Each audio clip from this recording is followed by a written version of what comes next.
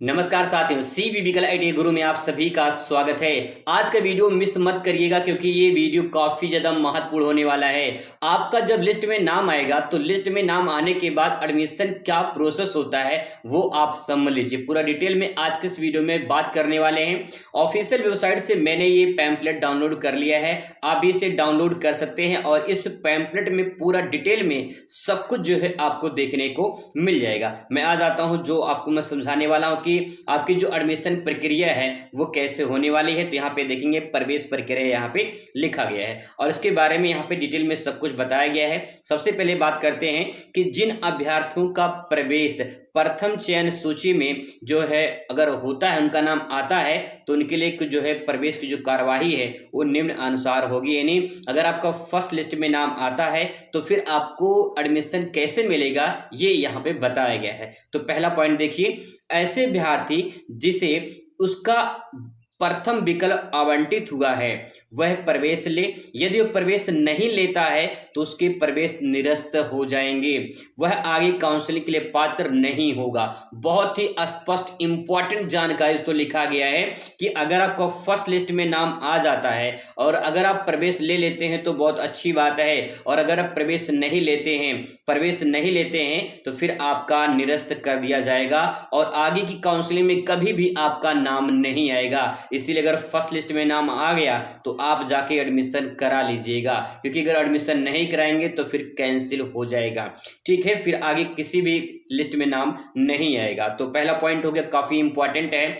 दूसरा है, ऐसे अभ्यर्थी जिन्हें उनका प्रथम विकल्प प्राप्त नहीं हुआ है तथा दिए गए अन्य विकल्पों में से किसी विकल्प के अनुसार संस्था व्यवसाय आवंटित हुआ है वे प्रवेश के लिए निम्नानुसार कार्यवाही कर सकते हैं। कहने का मतलब क्या है, मैं इसको समझा दे रहा हूं। दूसरा पॉइंट, जैसे मालिक कह रहा है कि प्रथम विकल्प प्राप्त नहीं हुआ है, जैसे अपने फॉर्म में आपने 1 2 3 4 5 ट्रेड और 5 कॉलेज आपने भर दिया। ठीक है, अब मान लीजिए अगर आपको पहला आपको मिल गया है तो ठीक है, अच्छी बात है, आप जाके एडमिशन करा लीजिए। लेकिन अगर आपको दूसरा मिला है या फिर तीसरा मिला है या फिर पांचवा मिला है या फिर चौथा मिला है, मतलब ये कि अगर पहला छोड़कर इसमें में से कोई भी आपको मिला है तो उसमें आपको एक और मौका दिया जाता है चेंज करने का।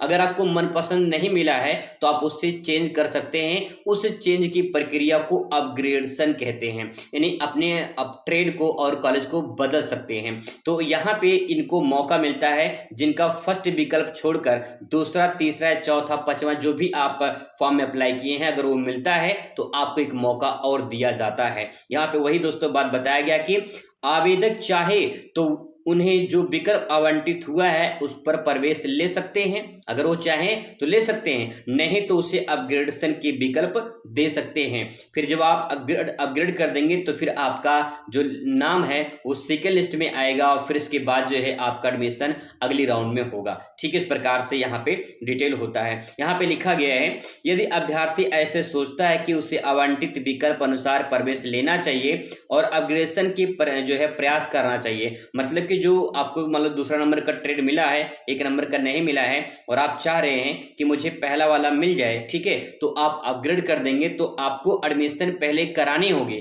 फिर इसके बाद जो है वहां पे अप्लाई करना होगा अपग्रेड के लिए, तब जाके चेंज होता है। काफी प्रोसेस होता है उसमें। ठीक है, बाकी आपको जानकारी तो समय समय पे मिलती ही रहेगी। इसके बाद तो यहाँ पे कहा गया है, अभ्यर्थी के दस्तावेजों का परीक्षण कर पात्र होने की स्थिति में संस्था द्वारा प्रवेश दिया जाएगा, यानी आपके जो डॉक्यूमेंट हैं उसका वेरिफिकेशन किया जाएगा, उसकी जांच की जाएगी, फिर आपको जो है एडमिशन मिलेगा। तो दोस्तों इस प्रकार से अपनी चॉइस कर सकते हैं और उसी प्रकार से आपको आईटीआई में एडमिशन मिलेगा।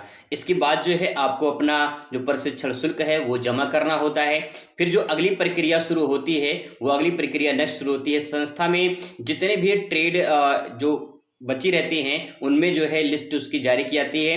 संस्थावार श्रेणी वार जो है रिक्त सीटों का संख्या पोर्टल पर प्रदर्शित किया जाता है, यानी जो बची सीटों की लिस्ट होती है वो जारी की जाती है और फिर इसके बाद जो है न्यू एडमिशन होता है।